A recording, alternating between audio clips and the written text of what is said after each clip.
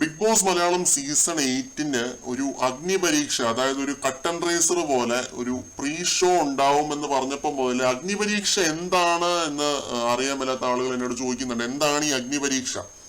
അപ്പോ നമ്മൾ ഈ തെലുഗു ബിഗ് ബോസിൽ അഗ്നി പരീക്ഷ കണ്ടത് വെച്ചിട്ടുള്ള കുറച്ച് കാര്യങ്ങളാണ് ഞാൻ പറയാനായിട്ട് പോകുന്നത്. ഇത് കേട്ടാൽ ഉറപ്പായിട്ട് കുറെ പേർക്ക് ഒരു ഞെട്ടൽ ഉണ്ടാവും. കാരണം ഇത് മലയാളത്തിൽ ആദ്യമായിട്ടാണ് വരാൻ പോകുന്നത്. ഇത് മലയാളത്തിൽ ഒരു തരംഗം തന്നെ ആവുമെന്നാണ് ഞാൻ പ്രതീക്ഷിക്കുന്നത്. കാരണം അത്രയധികം ഗംഭീരമായ രീതിയിലാണ് ഇത് തെലുഗുവില് നടന്നത്. അപ്പോൾ ആദ്യം തന്നെ നമ്പേഴ്സിലേക്ക് നമുക്ക് വരാം. 45 പേരെയാണ് ഇവര് ഷോർട്ട് ലിസ്റ്റ് ചെയ്തത്. എന്ന് വെച്ചാൽ ഈ കോമണർ ഈ ഒരു പരിപാടിയിലേക്ക് ഷോർട്ട് ലിസ്റ്റ് ചെയ്തത് 45 പേരെയാണ് അഗ്നിപരീക്ഷയിലേക്ക് ഷോർട്ട് ലിസ്റ്റ് ചെയ്തത്. അതിൽ നിന്നും 20 പ്രമുഖരായിട്ടുള്ള കോമണേഴ്സിനെയാണ് ഇവര് അഗ്നിപരീക്ഷ എന്ന് പറയുന്ന ഈ ഒരു പ്ലാറ്റ്ഫോമിലേക്ക്, അതായത് ആ ഒരു വീട്ടിലേക്ക് അവരെത്തിച്ചത്.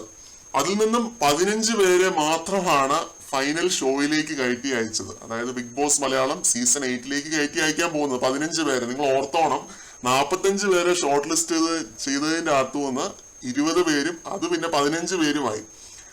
പിന്നെ ഈ ഒരു സെലക്ഷൻ പ്രോസസ്സ് നടന്നതെന്ന് പറഞ്ഞു കഴിഞ്ഞാൽ പബ്ലിക് വോട്ട് ചോയ്സ് ഉണ്ട്. തീർച്ചയായിട്ടും ജനങ്ങൾക്ക് വോട്ട് ചെയ്ത് തീരുമാനിക്കാൻ പറ്റും. ബിഗ് ബോസ് തെലുങ്കിൽ ഇത് എങ്ങനെയാണ് നടന്നതെന്ന് ചോദിച്ചു കഴിഞ്ഞാൽ കല്യാൺ, പ്രിയ, പവൻ ഇവര് 3 പേരുമാണ് പ്യൂർലി വോട്ട് ചോയ്സിന്റെ ബേസിസിൽ വീടിനകത്തേക്ക് കയറി ചെന്നത്. അതായത് ജനപിന്തുണ ഉള്ളത് കൊണ്ട് മാത്രമാണ് ഇവര് 3 പേരും വീടിനകത്തേക്ക് പോയത്. പിന്നെ ഗോൾഡൻ ജൂറി ഉണ്ട്, അത് എക്സ് കണ്ടസ്റ്റൻസ് ആയിരിക്കും, പിൽക്കാലത്തെ മത്സരാർത്ഥികളായിരിക്കും. അങ്ങനെ ഒരു ജൂറി ഉണ്ടാവും. ആ ജൂറിയാണ് ഹരീഷ്, ശ്രീജ, മനീഷ് എന്ന് പറയുന്നവരെ ഹൗസിലേക്കത്തേക്ക് കയറ്റി അയച്ചത്. പിന്നെ ഈ നാഗാർജുന ആണല്ലോ തെലുഗുലെ ഹോസ്റ്റ്. അപ്പൊ നാഗാർജുനയ്ക്ക് അവരൊരു ഗ്രാൻഡ് മാസ്റ്റർ പാനൽ ഉണ്ടായിരുന്നു.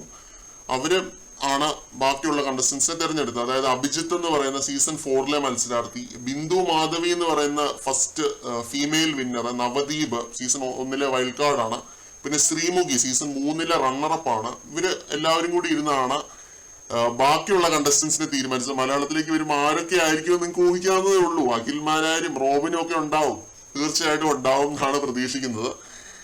എന്തായാലും ഒരു പൊളി പൊളിക്കും. അപ്പം ഇങ്ങനെയാണ് ഇത് നടക്കാനായിട്ട് പോകുന്നത്. 45 പേരെ സെലക്ട് ചെയ്തതിനകത്തു നിന്ന് 20 പേരും അത് കഴിഞ്ഞ് പിന്നെ 15 പേര് മാത്രമേ സീസണിലേക്ക് പ്രവേശിക്കുകയുള്ളൂ.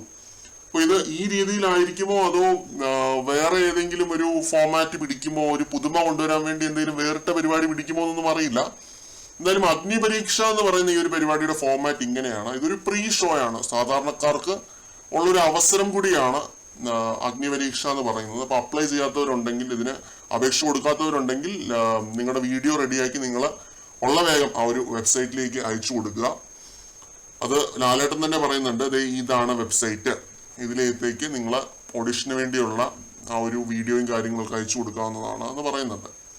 അപ്പൊ ഇത്രയാണ് പറയാനുണ്ടായിരുന്നത്. എന്തായാലും അഗ്നി പരീക്ഷ ഒരു പൊളിക്കും എന്ന് തന്നെയാണ് തോന്നുന്നത്. ജൂലൈ 3rd വീക്കോടുകൂടി വരുമെന്ന് പ്രതീക്ഷിക്കുന്നു. കണ്ടറിയാം. കൂടുതൽ അപ്ഡേറ്റ്സുമായിട്ട് വീണ്ടും കാണാം.